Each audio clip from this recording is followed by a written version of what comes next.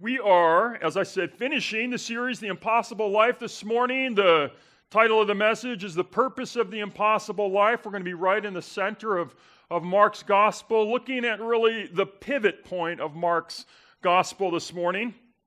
Life, just before we get to the text, life, I think, it's full of great questions, great opportunities. There's big questions all through our lives, aren't there? Right now, you might be wondering, where are we going to spend Christmas? Like, am I going to tell the truth Thanksgiving, or are we going to just sort of dodge the family truth? Are we going to run under cover? We've got our oldest son went to college, and his big question has been like, what do I want to be when I grow up? You ask that when you're little, you ask that in kindergarten, you ask your kids that in middle school, but then you have to choose your major, and it's like, now it's not Monopoly money. Like, what do I want to be when I grow up? Some of you in this room are thinking, what should I be studying? And he's good at math, and his teachers have said be an engineer, and we know he's good at math, but we also know he doesn't love it. And so he went into college as an engineering major this fall, and after about one math class, he called and he said, I don't want to be an engineering major anymore. And again, he's good at it, but we had said, parents, you give that advice, you got to like math. You got to love it. And when he first got, the curriculum, he's like, Dad, it's like all math. It's all math. If you want to be an engineer, it's all math. I said, well, that's what we've been trying to tell you, but it's still good. So he's like, he stayed engineering, and then one class comes back, so now he's changing around. But that's a big question, isn't it? When you're in the middle of that, that's a big question. Who am I going to marry? I remember a date with Michelle where I just thought to myself, I think I want to marry this girl. Like, I love her. And all of a sudden, as a young man, you're like, ooh, that's a big word. That's a big word. The first time you think marriage to yourself in a real way is like, ooh, boy. And I'm not a person, my family, especially the guys in my family, don't change very much. We're just like that, one direction. And I think I knew right away, this is not going away. And sure enough, I did want to marry her. That's a big question. Some of us think about, career change, or how do I, if you're just about to have kids, like, how is this going to work? Or if you have young children, I remember when we had young children, a big question in my life was, are we going to survive this? Like, how do you balance time and have a human life? Is that possible? Some of us think forward, how can I prepare for retirement in a crazy economy like this one? Is there any way to just wisely prepare for the future when things seem most uncertain? Lots of big questions. But this morning, we're actually going to look at, I think, the biggest question in all of life. It's a question at the center of Mark's gospel. It's really the question of questions. It's the question, who is Jesus? Which doesn't strike everybody as that important or even that compelling. But Mark, I think, wants us to really consider that as life's central, most fundamental question. And I think as we start to orient our lives around that question, all of a sudden, everything opens up. Let's pray and read from the Gospel of Mark together. Lord, I ask that you'd pour out your Spirit as we read your word. I ask that you would speak to us. I ask that you'd help us to see you, Jesus. I ask that your love would be upon our hearts and in our lives, Lord. We're so thankful for your word. We're so thankful for the cross, Lord. In your name, Jesus. Amen. We are going to begin reading in verse 22, a little bit before, so we're going to read kind of two events side by side that I think are meant to be read side by side. So Mark says this: they came to Bethsaida, which is a town on the north part of the Sea of Galilee, and some people brought a blind man and begged Jesus to touch him. He took the blind man by the hand and led him outside the village. When he had spit on the man's eyes and put his hands on them, Jesus asked, do you see anything? So just brief pause. Jesus leads the blind man out of town, spits on his eyes. I've had people ask me before, why did Jesus spit on his eyes? And I have two answers that are pretty succinct. One is I have no idea, and the other is Jesus is kind of weird. I don't know. It's certainly, though, one a little bit more serious is it helps us to get away from any kind of sense of a formula, like just do this. Following Jesus is always dynamic. He says, I do what I see the Father doing. And it's dynamic. Healing is dynamic. New life is dynamic. And I have a little theory. The rest of us don't know why, but I bet that man knows why. And very often miracles have a fingerprint that mean everything to the person receiving them. And I just wonder if something in this man's life needed a special touch, especially since he was a man who once saw and lost his sight, as we'll find out. And I bet when all is said and done, we'll find out that this was a radical act of love for a man who needed it. Okay, we'll pick it up again. He looked up, Jesus asked, do you see anything? And he looked up and said, I see people. They look like trees walking around. So his vision's restored, but not all the way. Once more, Jesus put his hands on the man's eyes. Then his eyes were opened. His sight was restored, and he saw everything clearly. I love that triple repetition. His eyes were opened. His sight was restored, and he saw everything clearly. Jesus sent him home saying, don't even go into the village. Jesus and his disciples went on to the villages around Caesarea Philippi.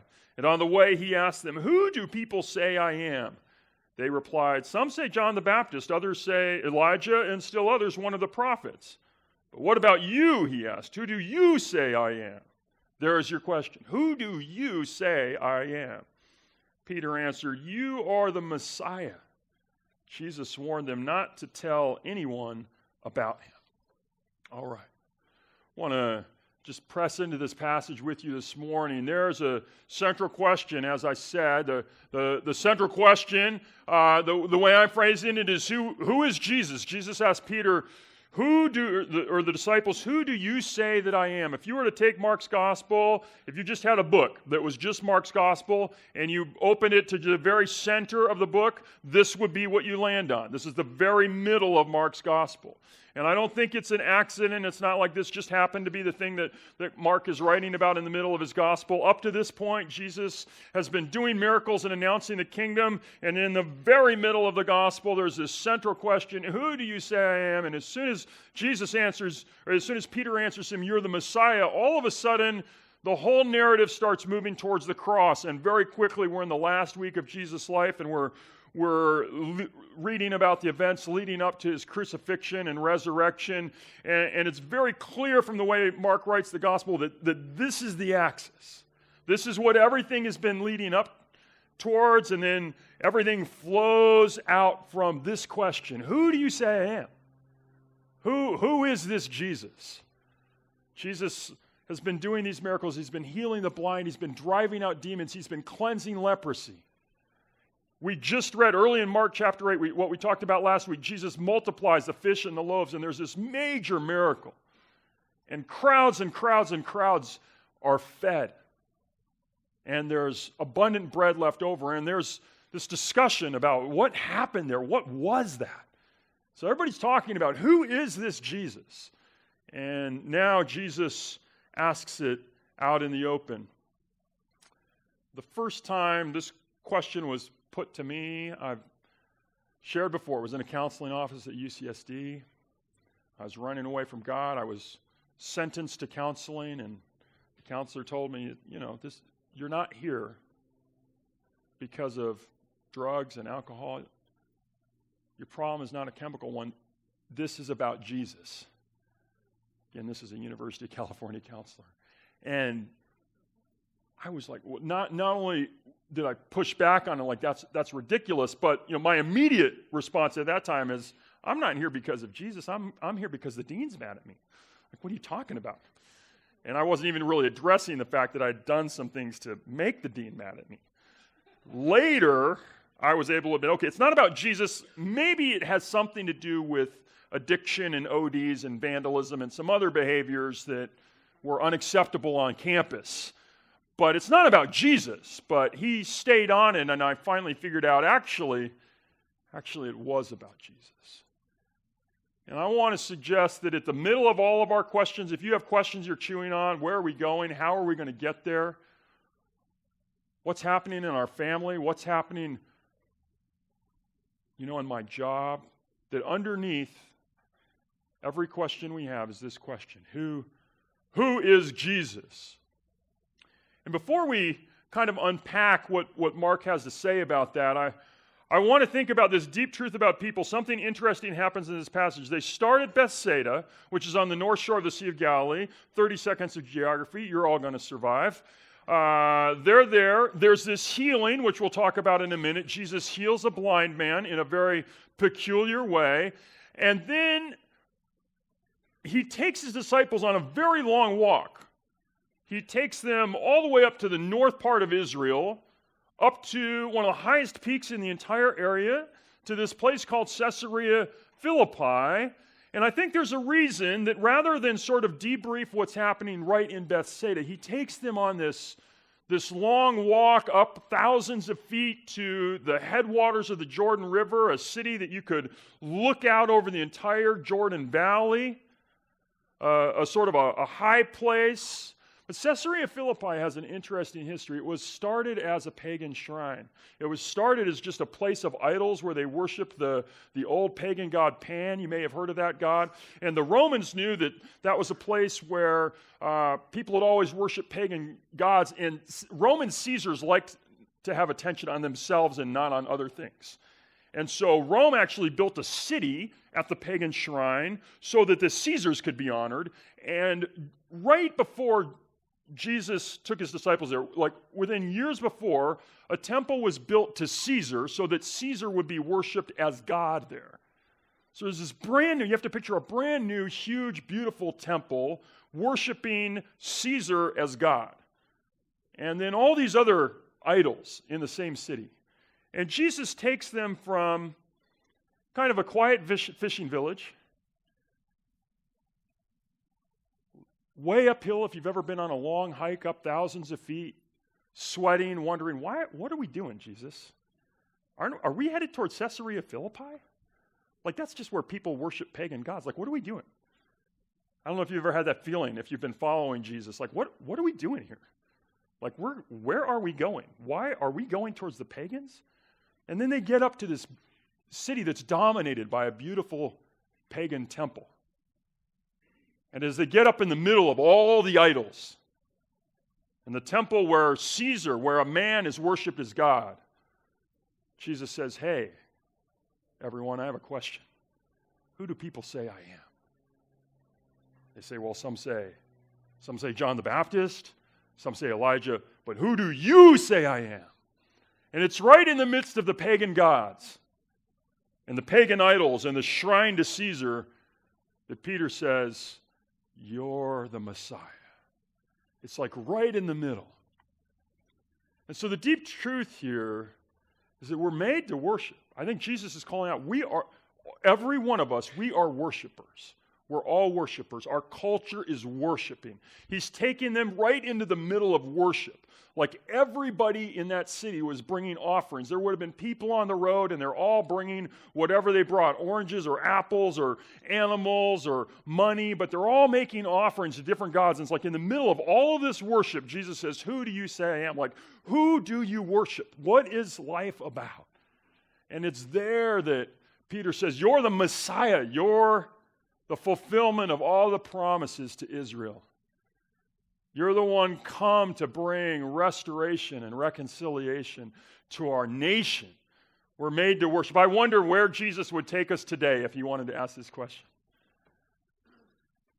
My best answer is Fashion Valley.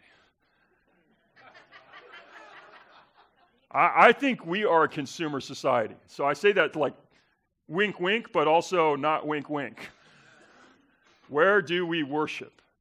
Some of us worship at the beach. Some of us worship in halls of power. Some of us worship at car dealerships. But Some of us, there are pagan temples in our town, but the best attended temples, the temples where you can't find a parking lot or a parking space, that's why, Fashion Valley is not a bad bet. Everybody's going to worship. We're made to worship. Okay. I want to talk about 3 stages of spiritual sight. In Hebrew thought, there's often thought rhymes where you're meant to hold 2 things together. And I think these 2 events were meant to hold together. The healing of a blind man and the question to the disciples, I think we're meant to read them side by side and to think about them. 3 stages of spiritual insight. The first one is blindness. Blindness. At the beginning of the first event we read, there's a blind man.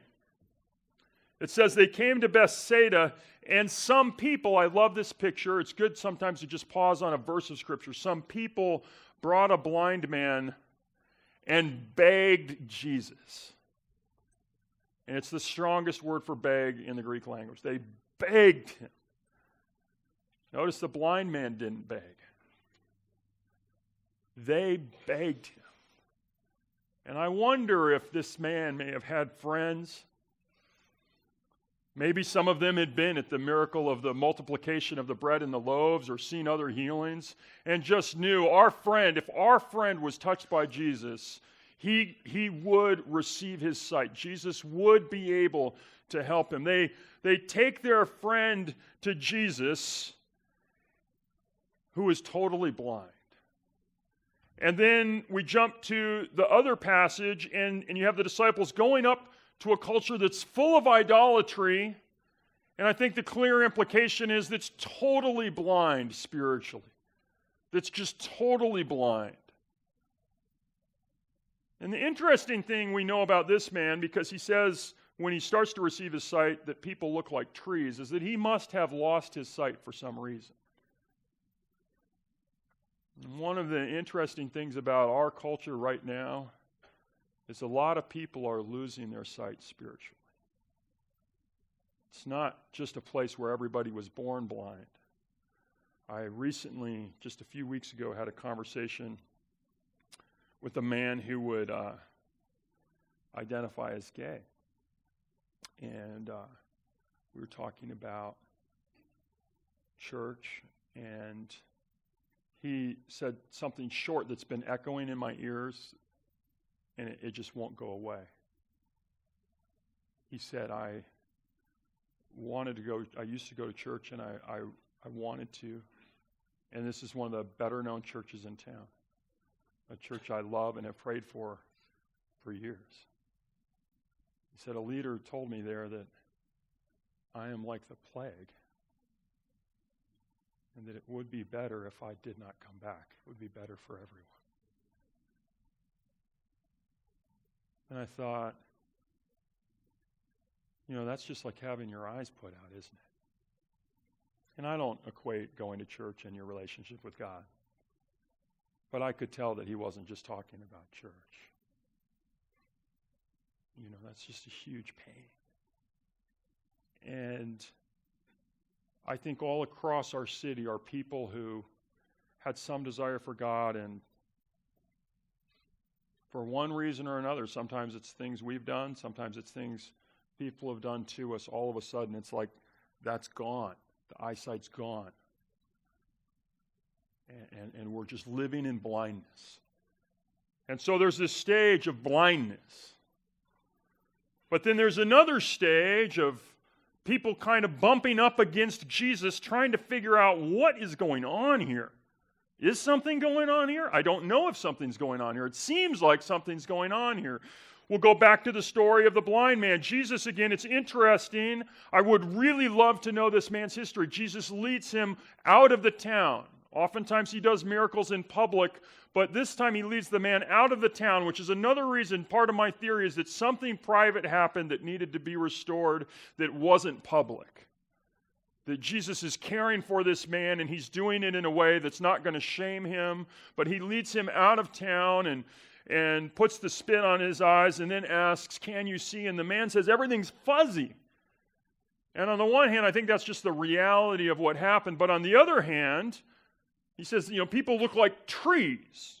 Like I see I relate to this because I have a minus 5.5 correction. I wear contacts, and Michelle will tell you if I lose my glasses in the morning, I can see certain colors in the room, but I need to have her find them because I certainly couldn't find my glasses. Like, I can tell there's a clock because there's like somewhat of a red blur, but unless I'm like 1 inch away from the clock, if I hold the clock on my nose, I can read it. But from any greater distance, all I know is that there's just a red glow over there. This guy's vision is fuzzy.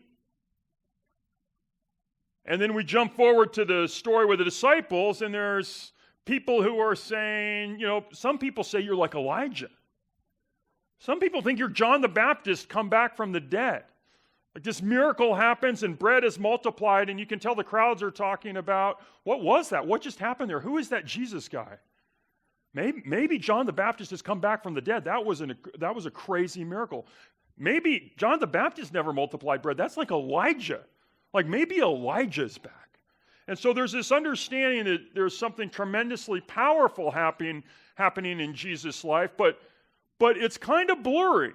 Like we don't know. It's powerful, but we don't totally understand what's going on. Something wonderful is happening through this person, Jesus, but we're trying to figure it out. And I think in our lives, maybe in your life, maybe you're in that place where you've experienced a little bit of God and you're trying to figure out who is this Jesus? And I think some of us have friends who are trying to figure out who is this Jesus? Something seems to be happening. I believe that God's transforming some of my friends' life, or something's happening, and they're saying it's about Jesus. Now, what is it about? So there's this fuzziness. I call it fuzzy sight. And it's all over the place. But then there's a third stage. Jesus prays for the man again, and he receives his full sight. And again, there's this beautiful description. His eyes were opened, his sight was restored, and he saw everything clearly. This picture of total restoration of eyesight. And I imagine, again, I think it's just the best way to read the Bible when you read a passage like that is to sit and to chew on it and to think, what would it be like to see when you have been blind? Can you imagine the tone of voice the man used when he said, I see?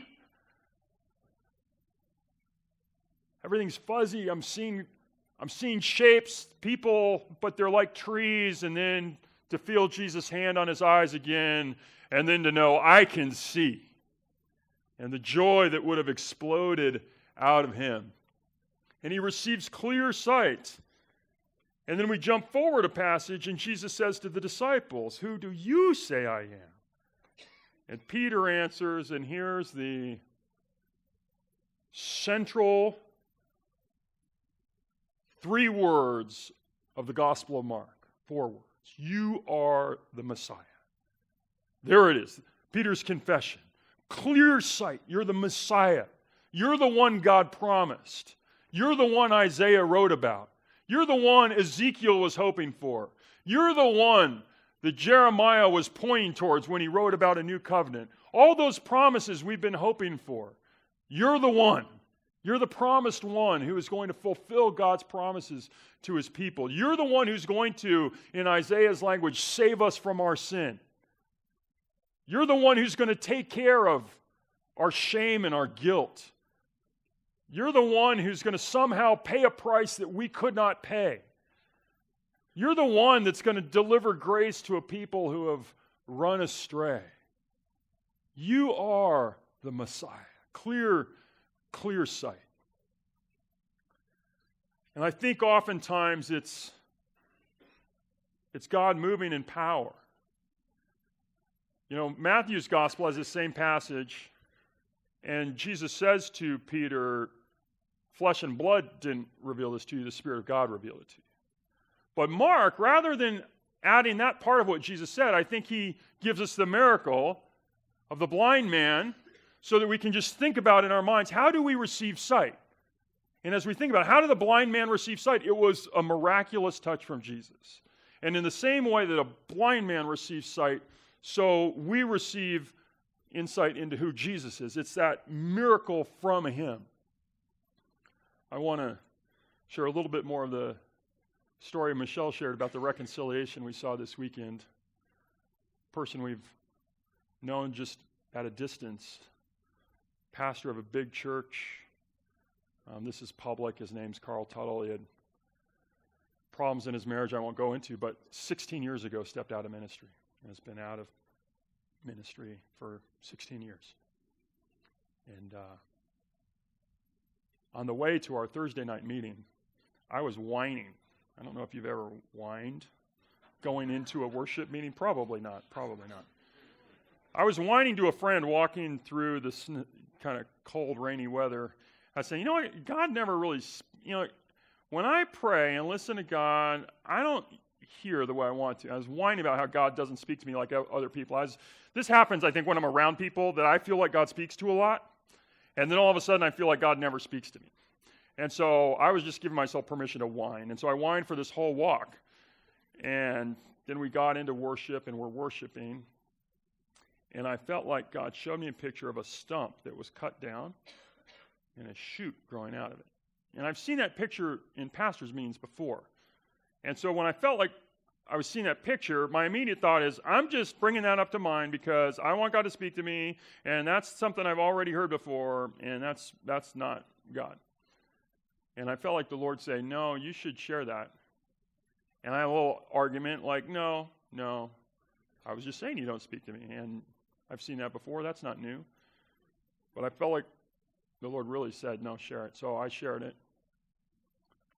And Carl, who'd been out of ministry for 6 years, didn't stand up that night, but he said later he knew that was for him. So he goes back to his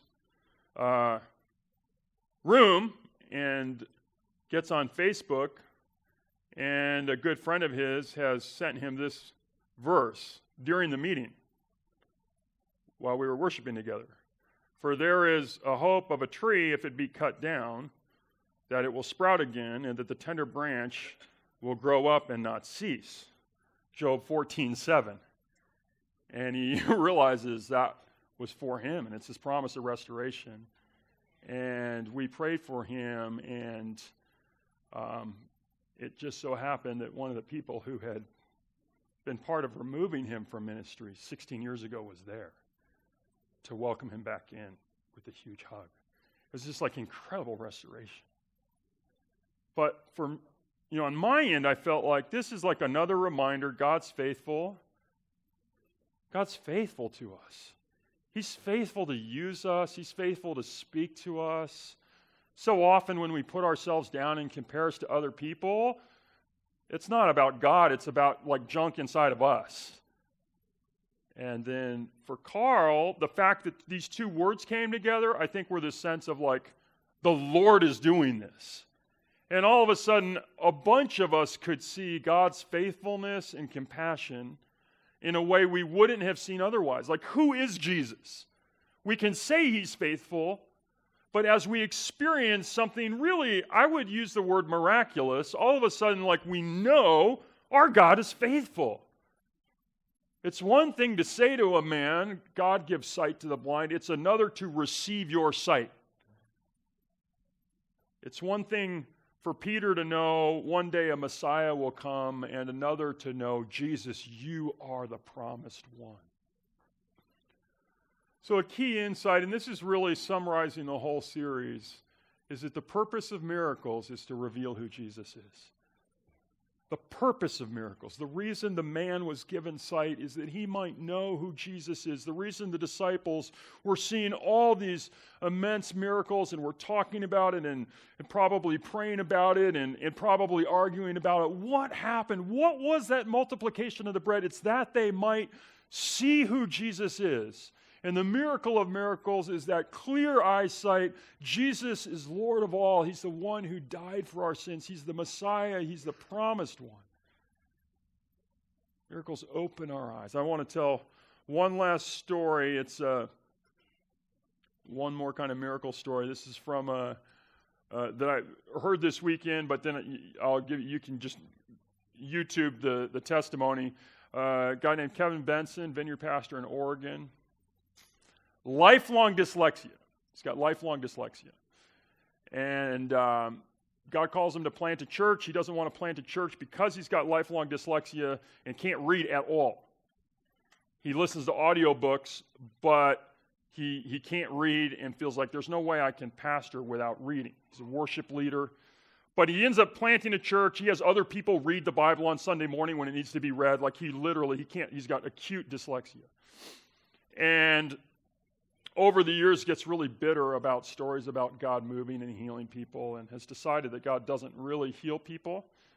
And everybody's been talking about this church, Bethel. It's this church in California, and there's miracles there. So he's sick of that and decides to go down and check it out so that he can say, I've been there, I'm not impressed. So he goes down, totally skeptical, and his mission, his wife doesn't even go because they're kind of both there to go and find out, okay, we're not impressed, and we're on vacation. And he goes to the service just to check the box so he can say to everybody, I've been there, don't worry, not impressive. So a kid comes up and prays for him. And as a little kid is praying for him, the person at the front says, I think God is healing dyslexia and brain trauma. And as he describes it, he says, half of my brain went totally numb. I lost control of my body, and I thought that I was having a stroke. He just totally loses control. And after some time being prayed for, he realizes he can read what's around him. Goes back to his hotel room and tells his wife, God healed my dyslexia. And she's not even really listening, like, whatever. He's like, no, God healed my dyslexia. And he picks up a magazine and reads it to her. And they, are full of rejoicing. And then as he tells the story months later, he now gets up at 5 a.m. every single day, 7 days a week to do what? To read. He said he spent a year's salary buying books because he could never read before. And his church is on fire, and I've talked to other folks that it's just released faith all across that area, because everybody who knew him knew he had lifelong dyslexia. And all of a sudden, Oregon is one of the most unchurched states in the union. If you have been to Oregon, you know it's not any kind of hub of faith or trust in God's miraculous activity. All of a sudden there's just this sort of explosion going on because of something God did. And so we press into this, we pray for people, we listen to God, we pursue God because we want to be a church where Jesus is revealed to be Lord. Not just a good idea, not someone with wise advice, but Lord, creator of the universe. We sing our God is able because he is able to restore our souls and to heal our bodies. We're going to close on this because I think there's a wink from Mark. We see Peter with this really clear eyesight, but then Jesus says, and now I'm going to go to the cross and I must die and be risen again. And Peter rebukes him. And then Jesus says this, whoever wants to be my disciple must deny themselves and take up their cross and follow me, for whoever wants to save their life will lose it, but whoever loses their life for me will save it. And I think there's a question when Jesus says that, is Peter really seeing clearly? Did he want a personal Messiah or a real Messiah, Is Jesus a value add or Lord of all? And I think as Peter says, wait a minute, you're Messiah, but don't talk to me about dying and rising again. And then Jesus says, no, if you really want life, you're going to have to lose it. I think it's spoken right to us. Are you ready to lose your life that you might find it? Are you seeing clearly, or maybe just the minute you thought you were seeing clearly is God giving you a deeper challenge? Let's all stand. Worship team, if you guys want to come on up. We're going to close with a song of worship, and We'll pray.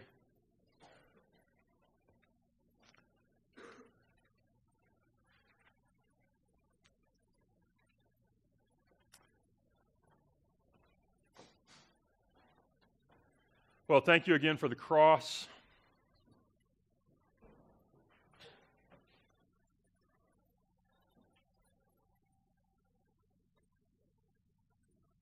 And Lord, as we worship, would you just draw us to yourself? Would you draw us to yourself? Would you help us to see you clearly?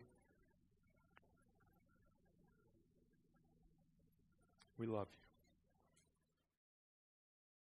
you. Yeah. Prayer team, if you guys could come on up and just say a word to any of us who are distant from God. There's sometimes an idea that if we were to really give control of our life to Jesus, it would just be like picking up a burden. If we were to give control of our life to Jesus, there'd be things we wouldn't be able to do. There'd be some kind of moral requirements. But you know, the gospel is really just the other way around. The gospel is that as we give our lives to Jesus, as we give Jesus the control of our lives, there's just freedom from the weight of shame. Like you just don't have to carry shame in your life. There's freedom from the weight of not telling the truth about what's really going on. There's just freedom from deception. As we give just full control of our lives to Jesus, the addictions that hold us are released. It's true that we have to lose our lives if we want to find them. I would just ask, do you really want to keep shame? Like, do you want to keep that?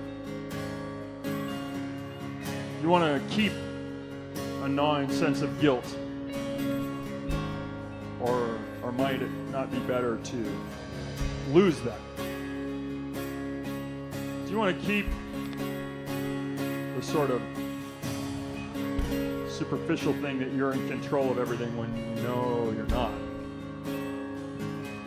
Or might it not be better to find freedom by really giving Jesus full control? I want to invite us to give full control. If you know I've been steering my life and I'm distant from God as a result, we'd love to just pray for you.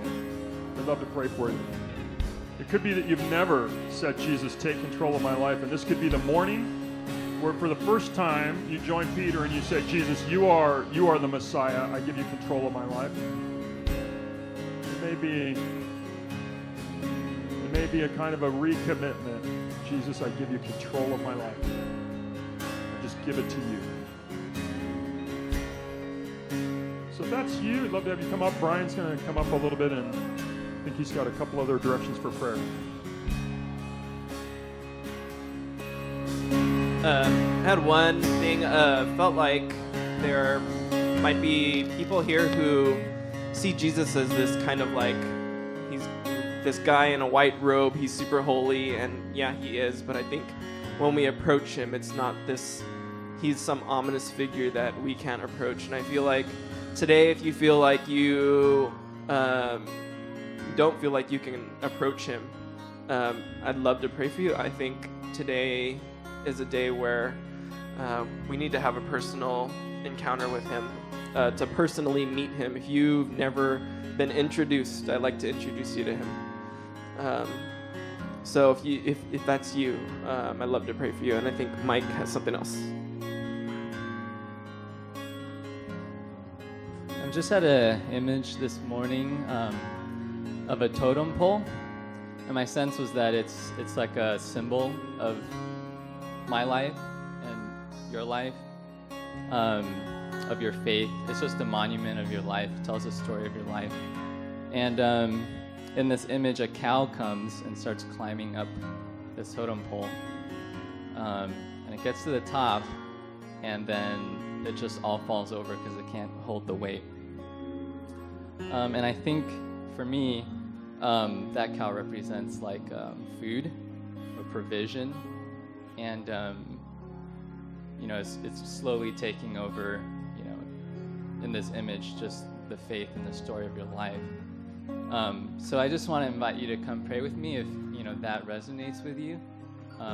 If there's a concern in your life, if it's provision or something else, that you feel like is, overtaking your life, overtaking your faith, I'll be here to pray with you. Let's hold hands across the aisles. We do this each week as a reminder that we are a community, and we'll close and you can come get prayer if you'd like. And we are over time, so if you've got kids, if we could have one parent, run or briskly walk to the kids program, that'd be great. Jesus, we thank you for your work in our lives. We thank you for how you draw us to yourself. We thank you for the ways you offer us again and again, day by day, week by week, freedom, grace, new life. Would you, in us and through us, show yourself to be Lord? Would you help us to be a church that sees you clearly? Would you help us to be a church that shows your face clearly to the world, to our city, Lord, to our neighbors, to our friends? We love you. You are the Messiah, the Son of the living God. In your name, Jesus. Amen. God bless you guys. If you'd like prayer, come on up. If you felt like God was tugging on you, get prayer.